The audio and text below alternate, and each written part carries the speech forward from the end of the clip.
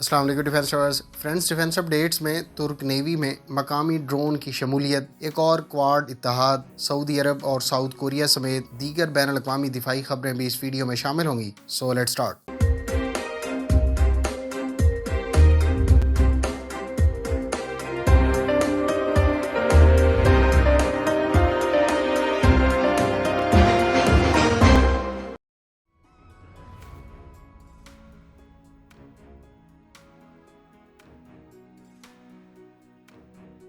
Friends, سعودی عرب اور امریکہ کی مشترکہ بحری مشقیں انڈیگو ڈیفینڈر 2021 جاری ہیں۔ دونوں ملکوں کی بحری افواج کی ان مشقوں کا آغاز اتوار کے روز ہوا تھا۔ سعودی عرب کی سرکاری پریس ایجنسی کے مطابق مشترکہ بحری مشقوں کے افتتاح کے موقع پر سعودی نیوی کے مغربی بحری بیڑے کے اسسٹنٹ کمانڈر ایڈمرل منصور بن سعود اور امریکی بحریہ کے کرنل ڈینیل بیلی موجود تھے۔ ایڈمرل منصور ان مشترکہ بحری مشقوں کی کمان کر رہے ہیں۔ انہوں نے بتایا کہ مشقیں 10 دن تک جاری رہیں گی۔ ان مشقوں کا مقصد دو طرفہ تعلقات اور فوجی تعاون کو مستحکم کرنا ہے۔ رائل سعودی بحری افواج اور امریکی بحریہ کی اس ایکسرسائز کا مقصد جنگی صلاحیت کی سطح کی جانچ، اس کو بلند کرنا اور بندرگاہوں کے تحفظ کے شعبے میں تجربات کا تبادلہ کرنا ہے۔ انہوں نے مزید کہا کہ مشقوں کی سرگرمیوں میں زمین اور زیر آب بارودی سرنگوں کو ہٹانا بھی شامل ہے، جس سے سمندروں اور علاقائی، اس کے علاوہ بین الاقوامی آبی گزرگاہوں کے تحفظ کے لیے سیکیورٹی کی صلاحیتوں کو بڑھانے میں مدد ملے گی، تاکہ بحیرہ احمر میں بالخصوص جہاز رانی کی آزادی کو یقینی بنایا جا سکے۔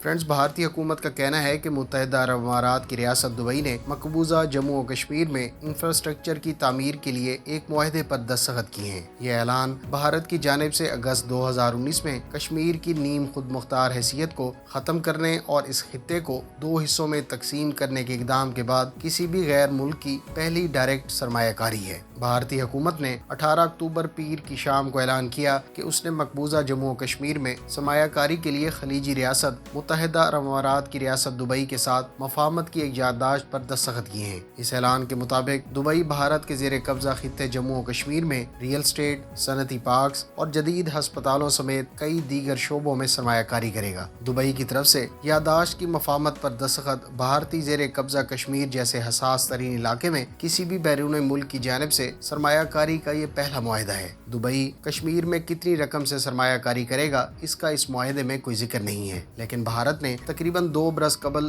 جس انداز سے مقبوضہ کشمیر کو آئین کے تحت حاصل اس کی نیم خود مختار حیثیت کو ختم کر دیا تھا اور مسلم اکثریتی علاقے کا ریاستی درجہ ختم کرتے ہوئے اسے 2 حصوں میں منقسم کر دیا تھا اور پہلے سے عائد پابندیوں کو بھی مزید سخت کر دیا تھا، اس کے بعد اس طرح کی بیرونی سرمایہ کاری کا معاہدہ کافی اہمیت کا حامل ہے۔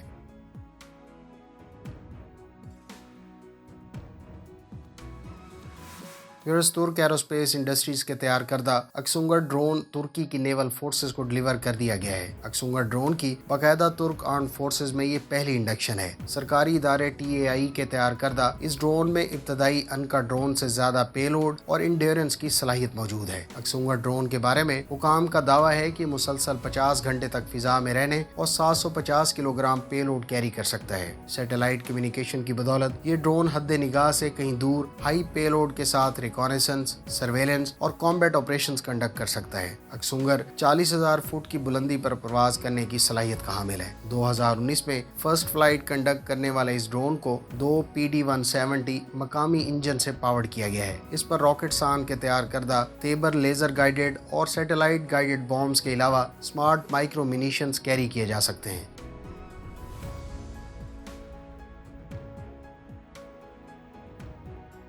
انڈیا کے وزیر خارجہ ایس جے شنکر آج کل اسرائیل کے دورے پر ہیں۔